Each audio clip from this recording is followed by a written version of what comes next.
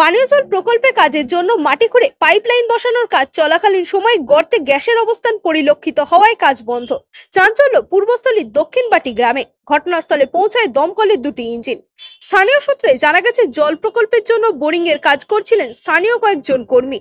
হঠাৎই তারা একটি বিশেষ ধরনের গন্ধ পেলে সন্দেহ হয় বোরিং পাইপের গোড়ায় দেশলাই জ্বালতেই দাউ দাউ করে আগুন জ্বলে ওঠায় আতঙ্ক ছড়ায়। প্রাথমিকভাবে কাজ বন্ধ রেখে খবর দেওয়া হয় দমকলকে।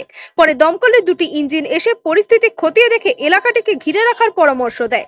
এরপরই প্রশাসনের তরফ থেকে অপ্রীতিকর ঘটনা এড়াতে এলাকাটিকে ঘিরে রাখা হয় এবং কী ধরনের গ্যাস এখানে অবস্থান করছে তা জানতে ওএনজিসির সহযোগিতা নেওয়া হয়েছে। 290 ফুট মতো বোরিং হয়, বালি পাওয়া যাচ্ছে না। তখন মিস্ত্রির সন্দেহ হয় যে কিছু একটা ব্যাপার আছে। তখন ওই পাইপ তুলতে থাকে। 140 ফুট পাইপ যখন ওঠার পরে ওই তলার আরও যে পাইপ আছে সেগুলো আস্তে আস্তে তুলে দেয় এবং শোঁ করে শব্দ হতে থাকে। তখন ওদের সন্দেহবশত তখন ওরা ভাবে হয়তো গ্যাস ফ্যাস কিছু আছে।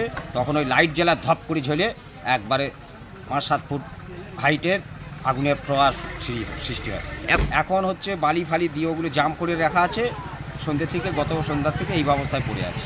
আদমঘাট থানা কালকে এসেছিলো, কালকে ফায়ার ব্রিগেডের দুটো গাড়ি এসেছিলো, আজকেও সকালে ফায়ার ব্রিগেড এসছে, পুলিশ এসছে এবং প্রশাসনের উদ্যোতর সমস্ত জায়গায় জানানো হয়েছে। বলছি, আমাদের এই দক্ষিণপাটি সমুদ্রগড় অঞ্চলের দক্ষিণপাটি মৌজায় আপনার একটা ওই সাবমার্শাল কল বসছিল কালকে থেকে।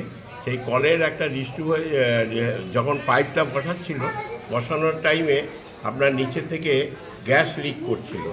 তারপরে আমাদের এখানকার লোকাল যে মেম্বার সে আপনার খবর দিয়েছে প্রশাসন আমাদেরকে, আমরা বিডিও সাহেবকে খবর দিয়েছি এবং সভাপতিকে জানানো হয়েছে। সঙ্গে সঙ্গে আমরা এটাকে সিল করে রেখেছি।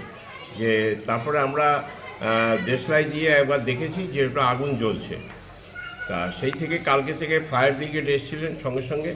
তারপরে বিডিও সাহেব আমরা সিল করার পরে আজকে সেই জায়গাটা কি করা হবে সেই জন্য ওএনজিসিকে বিডিও সাহেব খবর দেওয়ার পরে ওনারা আজকে আসবেন। কিন্তু ওনারা রাস্তা ভুল করে বর্ধমান লাইনের দিকে চলে গেছে। তা 2 ঘন্টা বাদে আসছেন। তারপরে আসলে আমরা সেই পদক্ষেপ গ্রহণ করব।